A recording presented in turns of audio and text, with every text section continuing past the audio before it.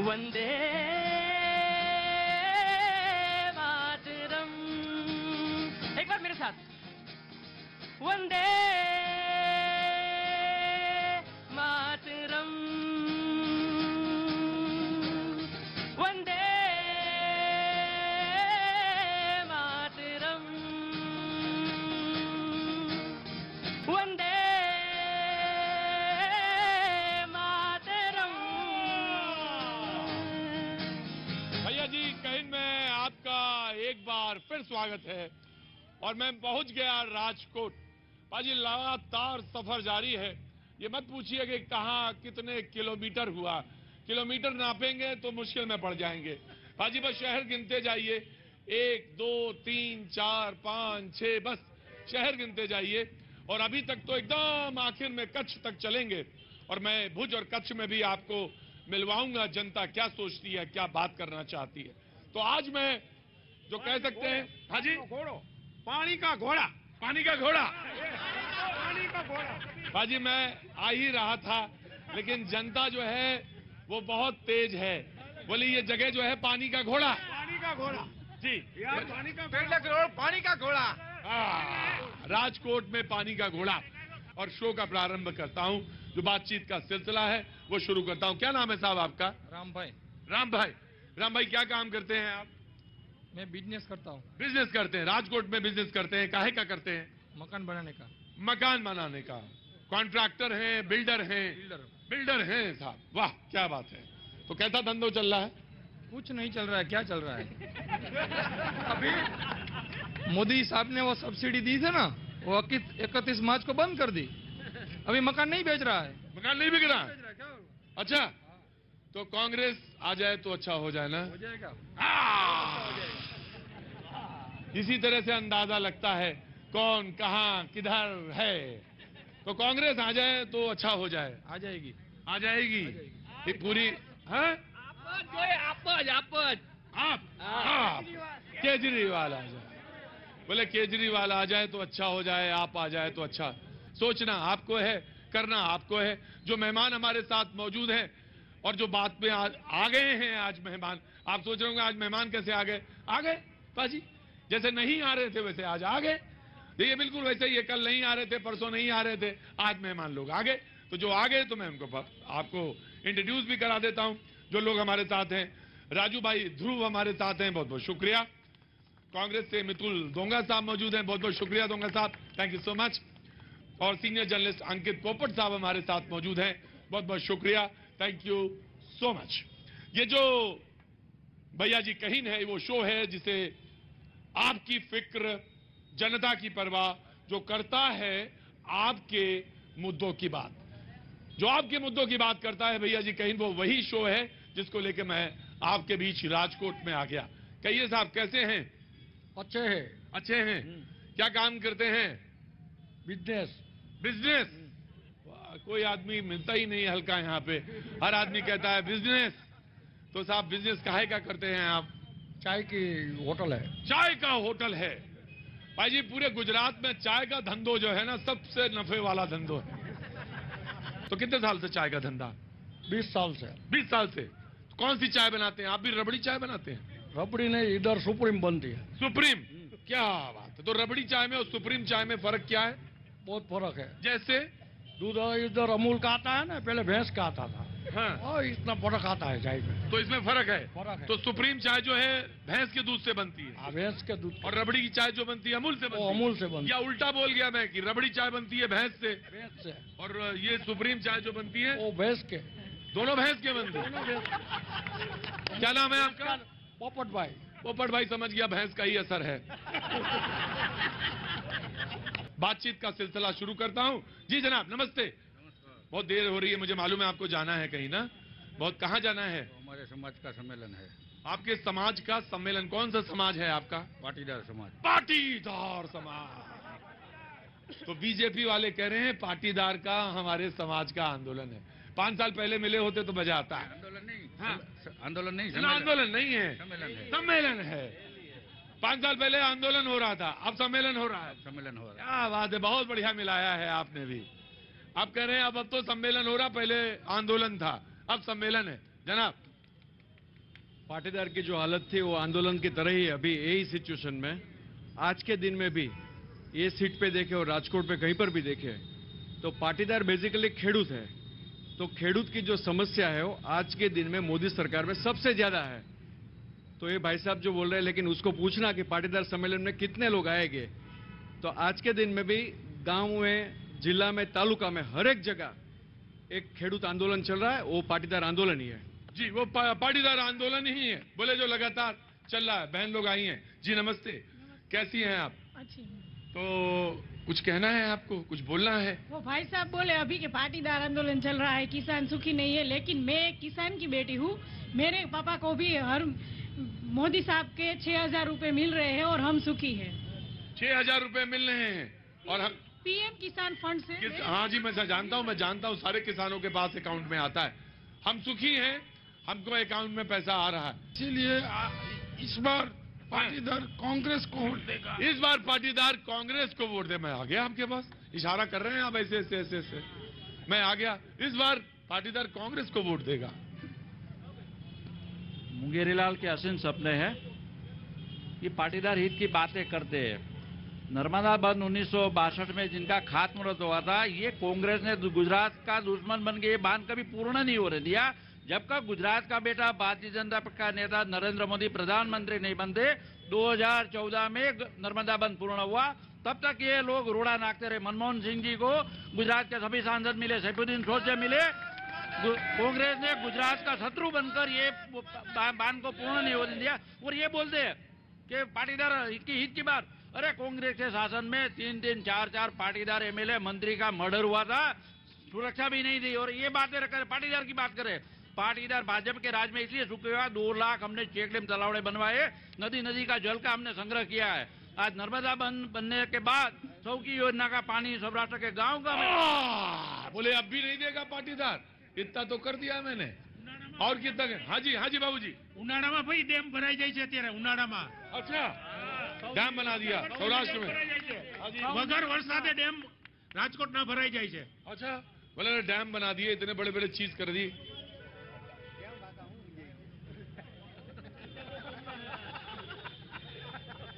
कैसे आना हुआ? बस हम तो है ने आपको सिर्फ जवाहरलाल नेहरू था ने उधर से अब तक का सब जानता हूँ। ये सबको जानते हैं। सबको जानता हाँ। मैं 7,000 में नौकरी करता हूँ। हाँ। ये मैं कल मेरा बिल, लाइट बिल, बिजली का, तो हम मीटर बहुत फटता था ना, तो उसको दिखाने को गया तो 1,000 रुपया खाली उसने बोला कि मीटर बदलाने का लगेगा, उसमें ये चार्ज लगेगा, उसमें ये चार्ज लगेगा, ये बिल। और मेघवारी तो मारी गई છે અને અત્યારે બાટલા છે ને મારી ઘરે નથી। 1,000 रुपया ક્યાંથી કાઢું? हाँ, सिलेंडर नहीं है। 7,000 में नौकरी करता हूँ, 70 साल हो गया, तो भी अभी मेरा घर का गुजरान चलाता हूँ। अब जनाब बताइए। इनको पूछो, पहले रात को खाने के समय बिजली मिलती थी? नहीं मिलती थी। किसान के कुएं में पानी पड़ा रहता था, किसान की नदी पास में नदी में पानी पीता रहा, बिजली नहीं थी, पानी सींच नहीं पा रहा था। भारतीय जनता पार्टी के शासन 24 घंटों बिजली मिलती है। ज्योतिर्गम के तहत गाँव में आज बिजली पहुंची है। मैं मानता हूँ पूर्णतया विकास हमने किया है। और नरेंद्र मोदी जी, अरे मैं तो आपको अभिनंदन देना चाहता हूँ कि ये पहला शो है कि आपने हमें मनोरंजन किया। और दूसरी बात, ये भाजपा की स्थिति देखिए, ये कौवे लोगों को हमने भारत माता की जो वंदे मातरम बोलते कर दिया।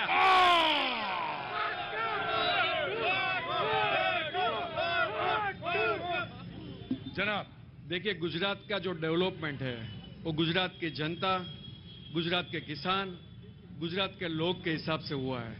अब बात है बिजली की, तो गुजरात सरकार जो भी होती है, भाजपा या कांग्रेस जो भी है, तो उसको तो बिजली देनी ही पड़ती है। लेकिन आज के दिन में आप पूछो खेडूतों को जाके वहां पे कि कितना घंटा बिजली मिलती है। इनको पूछिए, सरदार पटेल की प्रतिमा पे कि एक भी कांग्रेसी गया है? श्रीमती सोनिया गांधी, राहुल गांधी, प्रियंका वाड्रा, जवाहरलाल नेहरू, इंदिरा गांधी का परिवार का कोई भी आदमी किसी भी प्रादेशिक नेता को सरदार पटेल की प्रतिमा पे जाने की? मैं ऐसा बोल रहा हूँ, भाजपा की नीति रीति हमेशा क्या हुई? भाजपा की नीति रीति, जो गांधी जी, जो सरदार वल्लभ भाई पटेल है, जो कांग्रेस पक्ष के थे, जो कांग्रेस के थे और आजादी जिसने अपाई, उसको उसने हाईजेक कर लिया। जो तो बीजेपी आप अपना घर पकड़ के क्यों नहीं रख पा रहे हैं? वो बीजेपी की स्टाइल है। अच्छा। हमने कभी भी ऐसा नहीं किया। काम छोटा करते हैं, मीडिया में ज्यादा दिखाते हैं। तो सरदार पटेल थोड़ा ही कोई भाजपा के नेता है यार, वो पूरे राष्ट्र के नेता है, पूरे देश के नेता है, वो कांग्रेस के नहीं है। तो ये लोग ऐसा समझते हैं कि हमने हाईजेक कर लिया, उसका स्टेच्यू बना लिया, तो उसका मतलब वो बीजेपी के हो गए। अरे जैसे वंदे मातरम और भारत माता की जय अभी बोलने लगे, सरदार पटेल का नाम भी बोलने के डरते थे। अरे क्या बात कर रहे, 1956 में जवाहरलाल नेहरू ने अपने आप को भारत रत्न दे दिया, इंदिरा गांधी ने अपने आप को 1975 में भारत रत्न दे दिया, राजीव गांधी को अहमदाबाद का स्टेडियम था जो ये बोल रहे हैं, तो स्टेडियम का नाम सरदार वल्लभ भाई पटेल हटा के क्यों नरेंद्र मोदी कर दिया? आप मेरे को समझाइए, वो क्यों किया? विश्व की सबसे बड़ी प्रतिमा हमने बनाई है। मतलब वो कोई आपने तो सरदार पटेल का मौत भी गढ़ा था। नहीं, उसका मतलब है तो नाम चेंज कर देना। वहां पर हमने प्रतिमा रखी, तो इतना बड़ा स्टेडियम का नाम चेंज करना चाहिए? आप बोलिए मुझे। आप उनको पूछिए, प्रियंका गांधी वडेरा का बेटा का नाम उनको मालूम है? सरदार पटेल का बेटा का और उनके पोता का नाम इनको मालूम है? एक भी कांग्रेसी को? सरदार वल्लभ भाई की प्रतिमा का जो जस के भागीदार है वो पूरी गुजरात की जनता है।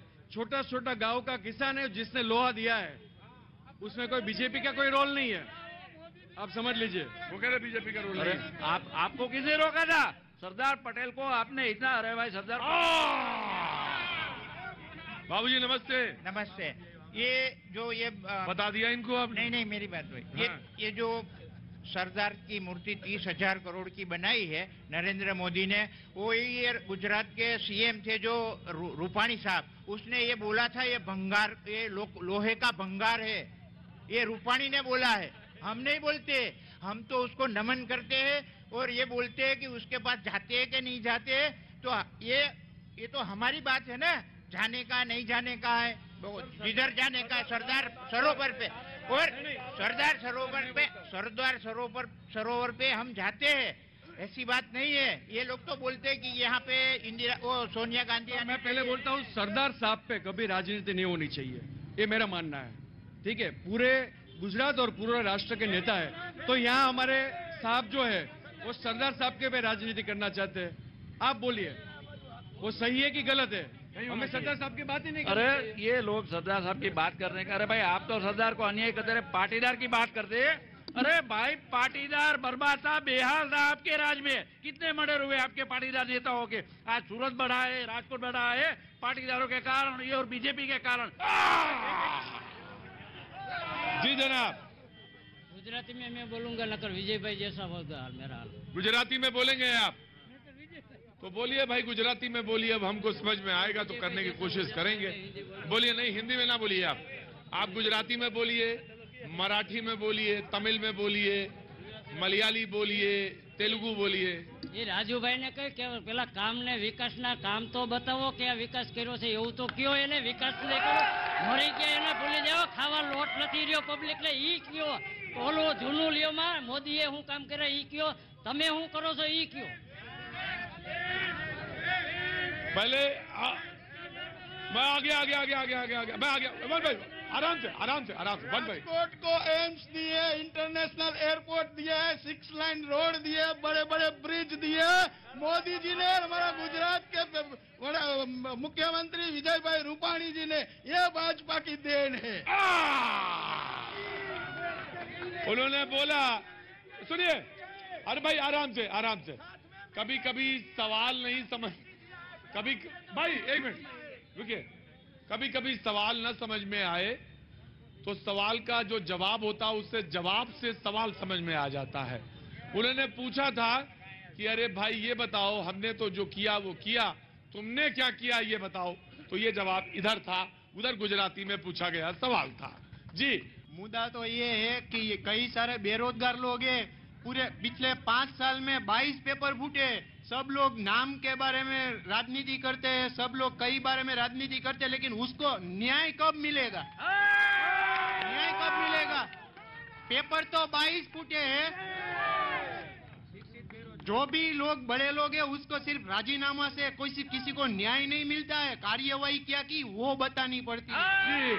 जी जिसको काम नहीं करना है ना, हाँ। तो उसको कुछ नहीं मिलता है। हाँ।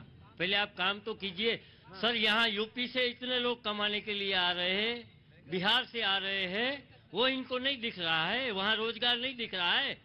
काम करेंगे ना तो सब आएगा भैया। ये गुजरात है और ये मोदी का गुजरात है। पहले काम तो कीजिए। बाबूजी नमस्ते। आइए इधर आइए। कैसे हैं आप? हाँ, बहुत अच्छी टोपी लगाई है आपने। ये तो टोपी तो मराठी लगती है। महाराज हूँ। आप मराठा के? मराठी हैं। तो आगे आइए थोड़ा सा। तो यहीं रहते हैं आप? राजकोट में रहते। राजकोट में कितने बरस हो गए? हाँ, कितने बरस हो गए यहाँ पे? बढ़िया है। नहीं, मैं कह रहा हूँ कितने सालों से रह रहे हैं यहाँ से? 45 साल से। 41 साल? 45, 24 साल? 45, 45 साल से रह रहे हैं। तो जी आपका मुद्दा क्या है, आपकी बात क्या है, मैं जानना चाहता हूँ। बढ़िया है, कोई गरीबी नहीं है, सब अच्छा है। कोई गरीबी नहीं है? नहीं है, सब अच्छा है। सब मेहनत करते हैं, सब कमाते हैं। वो तो मजदूर भाई कह रहा है, देखो कितना कमाते हैं ना, मेहनत करके क्या कमाते हैं ना। सब मेहनत करो, कमाओ। मेरा नाम मोहम्मद है। मोहम्मद? मैं ये बताना चाहता हूँ कि मोहम्मद भाई क्या काम करते हैं आप? मैं मजदूरी देख लो। हाँ, मैं समझ गया। मैंने हाथ आपकी देख लो, अगले 5 साल ये भी नहीं रहेगी अगर भाजपा आई तो। देख लो, ये भी उतर जाएगा। ये भी नहीं चला जाएगा। ये भी कहीं भाजपा आ गई। हाँ, ऐसा क्यों कहते हैं आप मोहम्मद भाई? नहीं देख रहे हो, महंगाई का मुँह नहीं बोल रहे हमारे प्रधानमंत्री। अब बताइए, महंगाई नहीं है? आटे का भाव, गैस का सिलेंडर का भाव, तेल के डब्बे का भाव। अब बताइए, स्कूल की फी, मेरी बच्ची है, मैं देख सकते हो कैसे पढ़ा सकता हूँ उसको अच्छी स्कूल में। क्या मजदूरी करते, क्या काम करते हैं आप? मैं पढ़ा लिखा नहीं हूँ इसलिए। क्या काम करते हैं? बोझा उठाते हैं? हाँ, बोझा उठाते हैं। बोझा उठाता हूँ। अब बताइए, अब बताइए आप।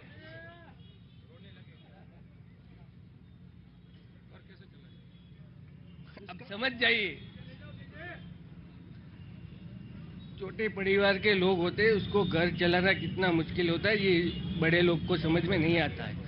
जनता की बात ये लोग को समझ में नहीं आती। पीठ में दर्द होता है, फिर भी काम करना पड़ता है। कहाँ जाएंगे? घर तो चलाना पड़ता है।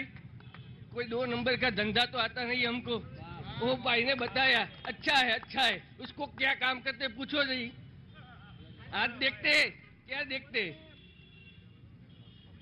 मजदूरी करने जाए तो पता चले। आ रहा हूं हुजूर, आ रहा हूं, आप ही के पास आ रहा हूं। जिस्म झुककर बोझ से दोहरा हुआ होगा। बोले मेरे पीठ में दर्द होता है। जिस्म झुककर बोझ से दोहरा हुआ होगा। मैं सजदे में नहीं था, आपको धोखा हुआ होगा। मैं जानता हूं भाई, महंगाई है, इसमें 2 राय नहीं। और मैं जानता हूं, थैंक यू कहने की जरूरत नहीं है। मैं वो पत्रकार नहीं हूं जिसको आप कहते हैं। लेकिन मुझे मालूम है महंगाई है। और मुझे मालूम, ये बाबा, दादा आपको राजनीति दिख रही होगी चश्मे से, मुझे राजनीति नहीं दिखती। आप, और मुझे यह भी मालूम है कि अगर ये नहीं आप आ गए तो क्या होगा? क्या ये बदल जाएंगे? जी मैं आया। हाँ जी, आप उठा रहे थे जी। यस सर, बोलिए। मुझे ये बोलना है कि अगर चपरासी की भी नौकरी कोई बंदा लेने जाएगा तो उसका आप एजुकेशन देखेंगे, तलाटी होगा, कांस्टेबल होगा। वो कह रहे हैं मैं पढ़ा लिखा नहीं हूँ। मेरी बात सुनिए, तो हम जिसको वोट डालने जाएंगे उसका भी एजुकेशन देखना चाहिए ना। हम उसको 1.5 लाख की नौकरी क्यों दे? एमएलए का सैलरी 1.5 लाख है हर महीने का। उसके बाद 5 साल उसको पेंशन मिलेगी। जो 12 पास नहीं है, जिसने कुछ किया नहीं है, 5 साल के बाद वोट लेने के बाद 5 साल दिखने वाला नहीं है। यहाँ का तो कॉर्पोरेटर भी काम नहीं करता है, तो उसको वोट क्यों दे? हाँ मुकेश भाई, पूछो ने मराठी में जरूर नहीं। अभी रह गया बात, मैं वन बाय वन आराम से। हाँ जी। कांस्टेबल की नौकरी को 19,500 5 साल फिक्स देंगे और ये जो एमएलए बनेंगे उसको सब फ्री में देंगे, 1.5 लाख रुपया तनख्वाह देंगे। तो ये क्या हमारे कहाँ से पैसा कहाँ से आएगा? हमारे पैसे है ना, हम भी टैक्स देते हैं, इनकम टैक्स नहीं देते लेकिन इनडायरेक्ट टैक्स तो देते हैं ना। पार्ले जी का 5 रुपए का बिस्किट लेंगे ना, उसके ऊपर भी हम टैक्स देते हैं भाई। तो ये सब किधर से आएगा? तो मेरा ये है कि जो आदमी पढ़ा लिखा हो, जिसको नॉलेज हो, उसको वोट देना चाहिए, ना कि ये दोनों पार्टी को। ना कि इन दोनों पार्टियों को। बड़ी देर में पत्ता खुला लेकिन खुल गया। नहीं, कोई बुराई नहीं, अच्छी बात है, उन्होंने अच्छी बात कही, अपनी मन की बात कही और इनको कहने का हक है। हमारे जर्नलिस्ट हैं न्यूज 18 के, इनसे मैं जानना चाहता हूं, फिर मैं आप दोनों के पास शार्प रिएक्शन के लिए आता हूं।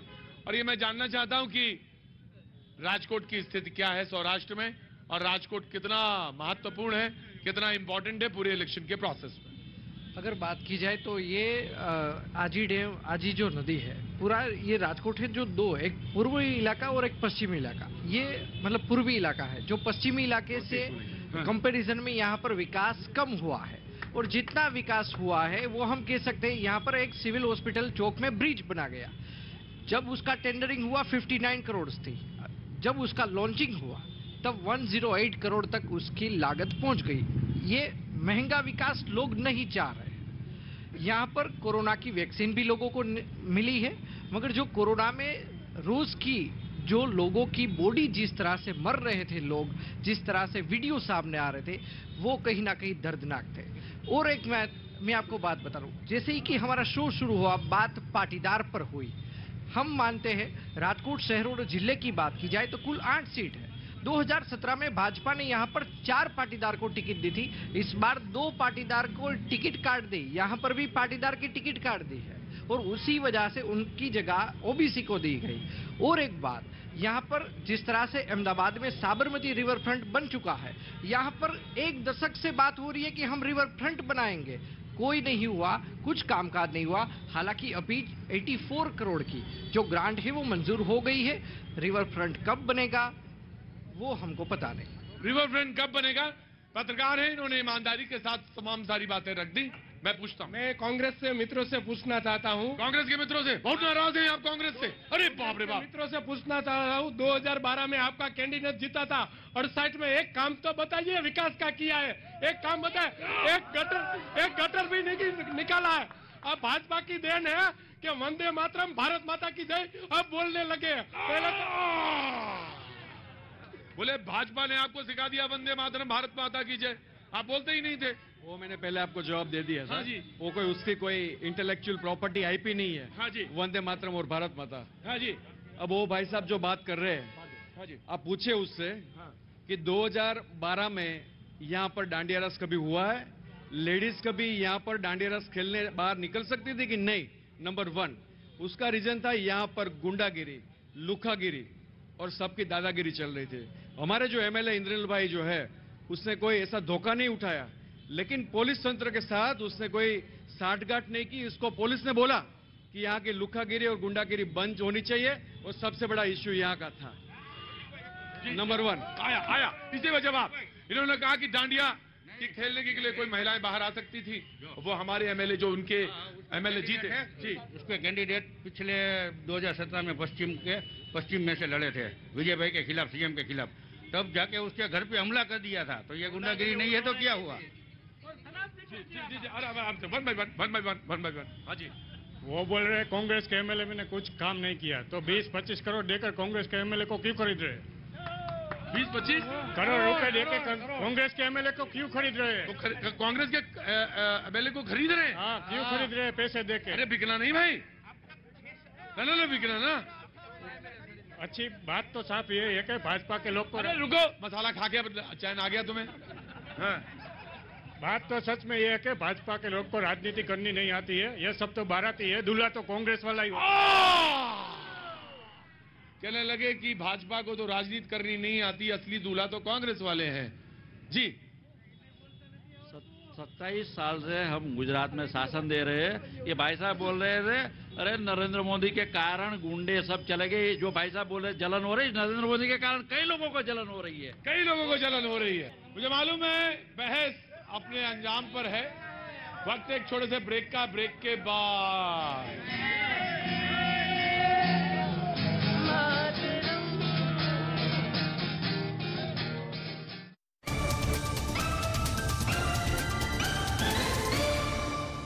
राजकोट में बहुत प्यार है।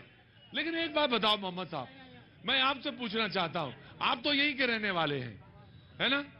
तो बाहर का आदमी आया, आगरा का आदमी आया, गुप्ता जी, हालांकि गुप्ता जी बहुत सयाने हैं, काम जानते हैं, धंधा जानते हैं, लेकिन आप क्यों नहीं कर पा रहे? पूछिए जरा उससे कौन सा धंधा करते हैं। कौन सा धंधा करते हैं गुप्ता जी? ये जानना चाहते हैं कि कौन सा धंधा करते हैं हम? मजदूरी भी की है यहाँ पे। मजदूरी भी की? हाँ, मजदूरी भी की। 10,000 रुपए से नौकरी की मैंने। 10,000 रुपए की नौकरी भी की? नौकरी भी की, 3 वर्ष नौकरी की। धंधा कौन सा करते हैं? धंधा मैं एसपी की जो चांदी होती है ना, उसका पाउडर बनाता हूँ। चांदी का पाउडर? चांदी का पाउडर बनाते हैं ये? भगवान ने मुझे दिया, सबने मुझे उधार दिया, मेरा तरक्की हो गया। तो सब लोगों ने आपको लोन दिया? लोन दिया मुझे, और फिर आपका धंधा जम गया? किसी ने कोई जमानत नहीं मांगी, कोई कुछ नहीं किया किसी ने। 8 बरस में बताओ किसका कौन विश्वास करता है? 8? हाँ ठीक है, 8 बरस में सब कर लिया। 3 साल तो मैंने नौकरी करी। जब एक काम कर सकते हो, हाँ, मुझे जरा मोहम्मद साहब से थोड़ा मैं मिलवा देता हूँ, इनको भी थोड़ी मदद करो ना। तो कह रहा हूँ आ जाओ, 15,000 रुपए दिलवाऊंगा कल से इनको। आओ मोहम्मद, इधर आजा, अंदर आजा, अंदर आजा, अंदर आजा, ऊपर जा। इनकी मदद करो कुछ। कल आ जाए मेरे पास, 15,000 गोल्ड के प्लांट पर भी नौकरी लगवा दूंगा। 15,000 में। आप लगवा दो। लोन का रेट क्या है?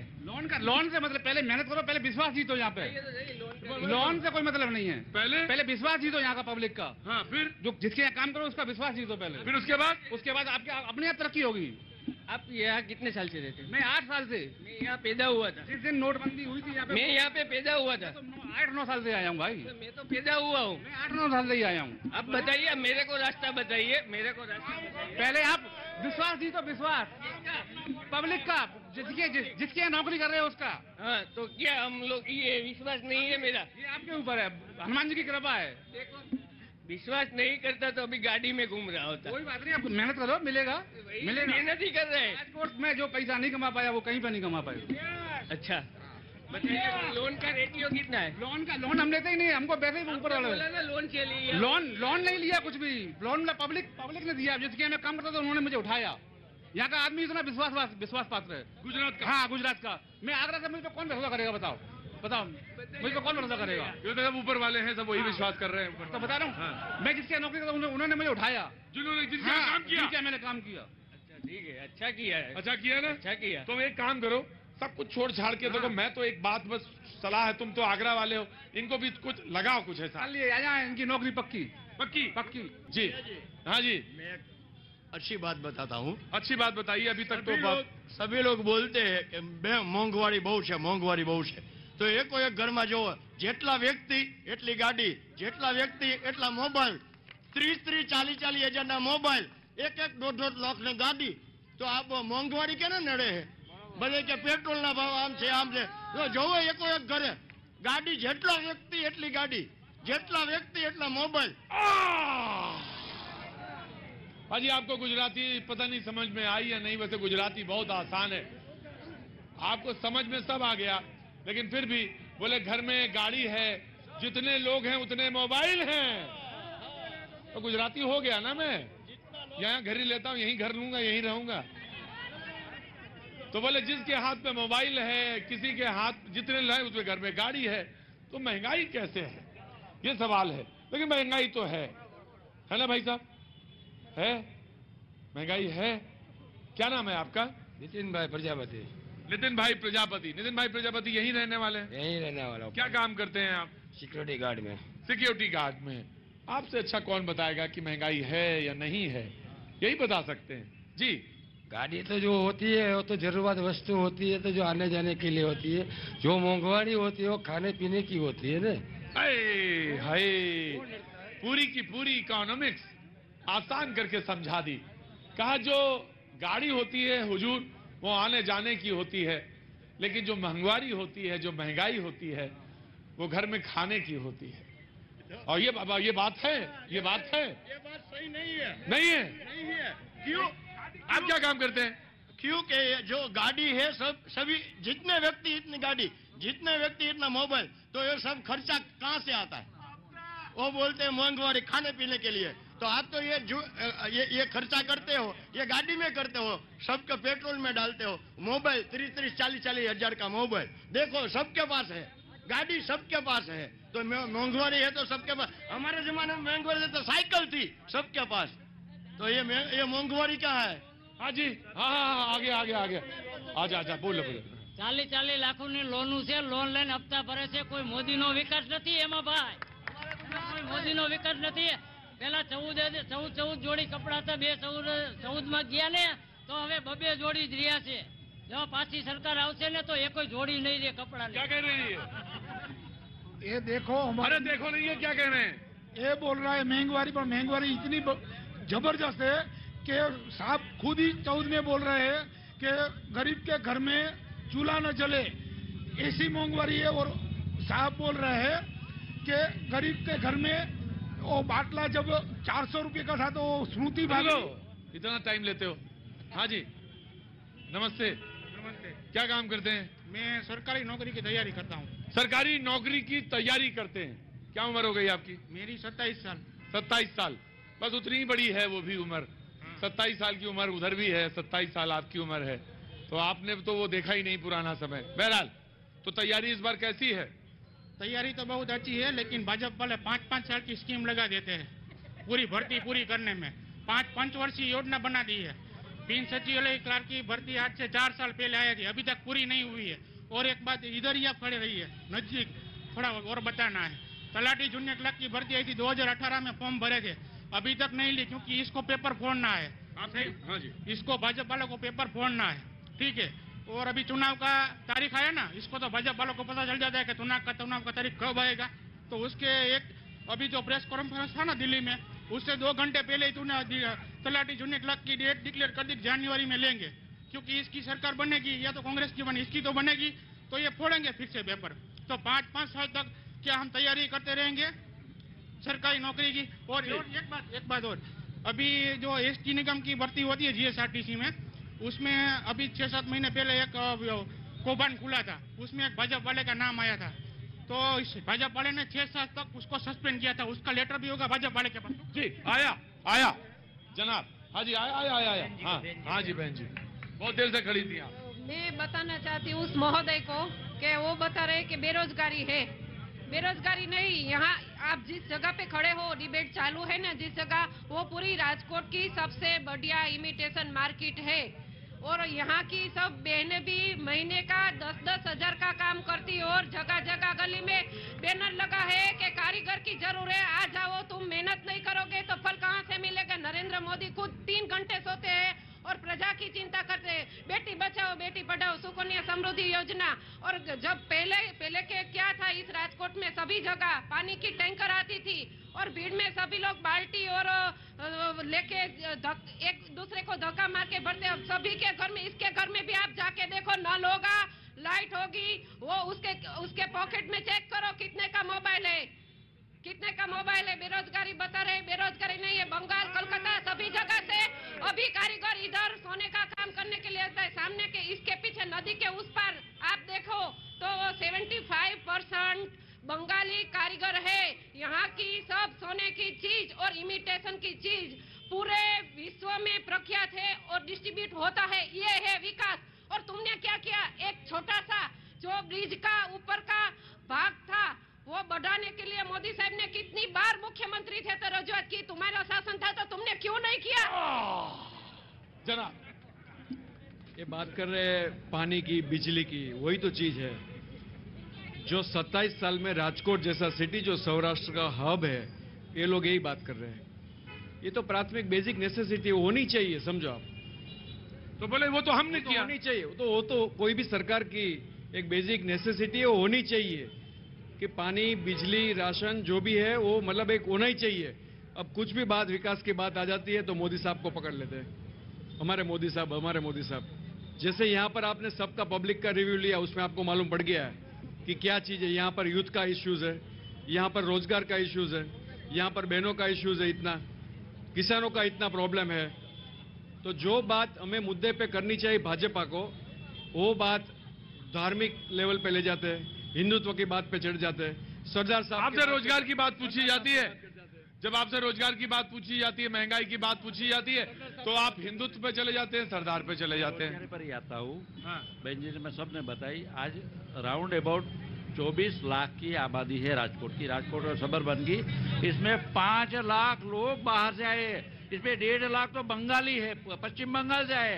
कई के लिए बेरोजगारी, अगर बेरोजगारी राजकोट में होती, गुजरात में होती, तो सूरत में उड़ीसा से नहीं लोग आते, आंध्र से नहीं आते, यूपी से नहीं आते, बिहार से नहीं आते। सूरत की कुल आबादी देखो 17 में से 20 करोड़ 20 लाख तो अन्य राज्य के लोग हैं। यहाँ रोजगारी है, सुरक्षा है, समृद्धि है, सब लोग अन्य राज्यों के इसलिए आते हैं। बाकी लोग तो अभी नहीं करते, विरोध करते हैं, क्योंकि उनके दाल नहीं गल रही है नरेंद्र मोदी के कारण। नरेंद्र मोदी का नाम हमसे ज्यादा ये लोग बोलते हैं कि सबसे बड़ा अवरोध इनके लिए नरेंद्र मोदी जी है।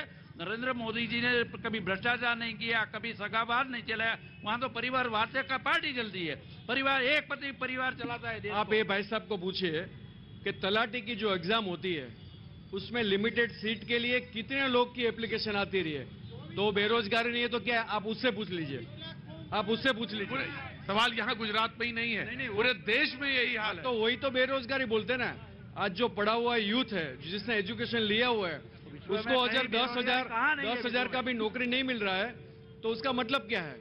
आज इंग्लैंड का हालत है, यूरोप अमेरिका की हालत तो देखिए। ये तो मोदी है तो मुमकिन, 80 करोड़ लोगों को राशन दिया। आज भारत बचा है नरेंद्र मोदी के कारण। इन लोगों ने तो देवाला फूंक दिया था मनमोहन सिंह के शासन में। नरेंद्र मोदी नहीं होते तो भारत बिक गया होता।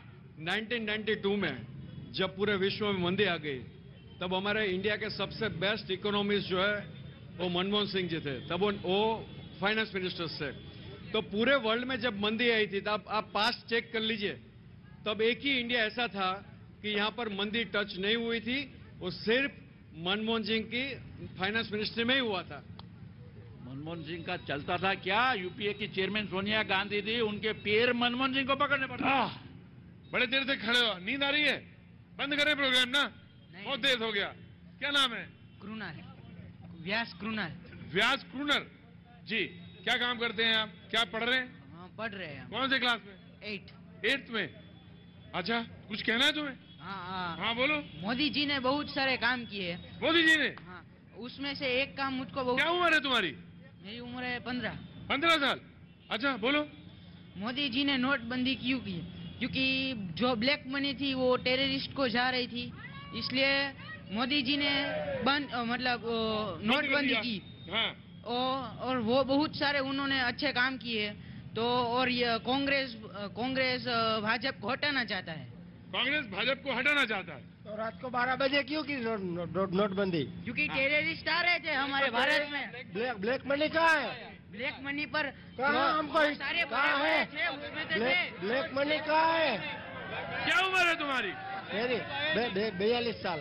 42 साल। 15 साल का ही है यार, काहे हड़का रहे हैं यार? वैसे ही बात कर रहा हूँ। देखिए भाजपा की पॉलिसी ही है कि जो बच्चे हैं जिसने कभी कांग्रेस की सरकार नहीं देखी है उसको गलत समझाते हैं। आज ये बच्चा को मालूम ही नहीं है, नहीं ये बच्चा को मालूम ही नहीं है कि ब्लैक मनी आया ही नहीं है। यही रियलिटी है। एक 15 साल का बच्चा जिनको राजनीति से कोई पाला नहीं है, वो नरेंद्र मोदी जी को मिला नहीं है, ये बच्चा सही बोला। ये भारत की आवाज है, ये राजकोट की आवाज है। ब्लैक मनी कितना है आप समझाइए? की आवाज है, राजकोट की आवाज है। नोटबंदी का मतलब क्या नहीं चलता था। मोदी जी ने आपने लोगों को लाइन में खड़ा कर दिया। अरे भाई हमने आपको भी लाइन में खड़ा कर दिया। आप लाइन में ही हो, आप लाइन में ही रहो। जवाब दीजिए, ब्लैक मनी कितना आया? 25 साल में लाइन में खड़े रहो। 25 साल और लाइन में खड़े रहो। अभी 25 साल और लाइन में खड़े रहना है। आपका विकास तो बताओ हमको। आपको 25 साल लाइन में खड़े रहना है। ब्लैक मनी कितना आया? मैं प्योर बहुजन हूँ, प्योर बहुजन दलित मुस्लिम। आप मोदी जी की बात करते हैं, मोदी जी संविधान क्यों हटाना चाहते हैं? मोदी जी संविधान हटाना हाँ। क्यों? जवाब दो, पूछो। संविधान हटाना चाहते हैं? कहाँ लिखा? मेरे पास सबूत है घर पे। घर पर है? चलो घर पे चलेंगे। चलो। चलो प्रोग्राम यहाँ रुको, यहाँ आओ, यहाँ बैठो, अभी घर चलेंगे तुम्हारे। मैं दिखाऊंगा। अरे जना आराम से आराम से आराम से।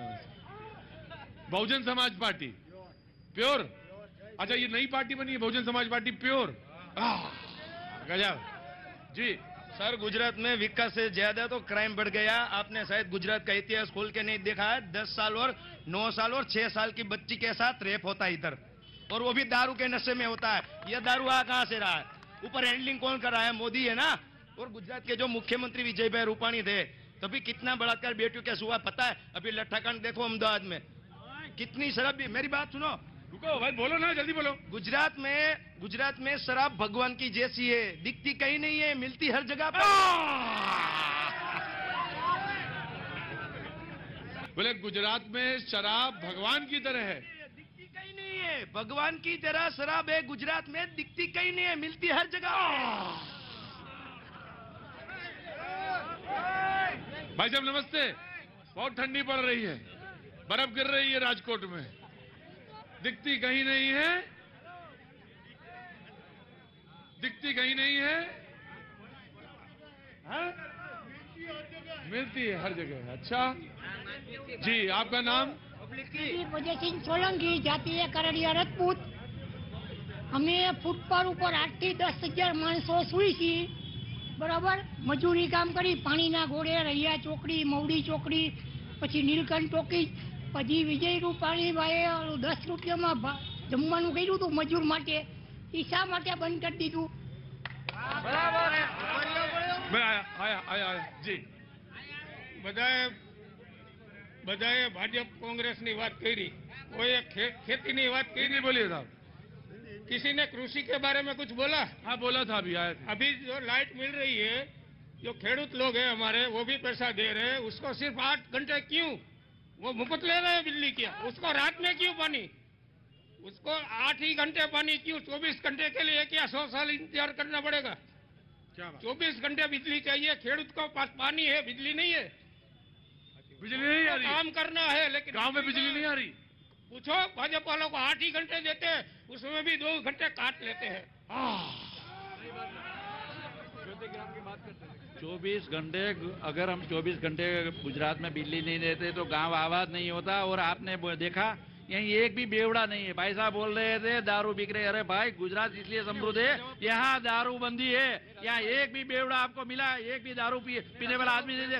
अरे भाई ये बोलना, ये अरे ये कांग्रेस वाले लोग राजकोट को, गुजरात को बदनाम करे, राजकोट को बदनाम करे, राजकोट को बदनाम करे, राजकोट को और गुजरात को बदनाम करे।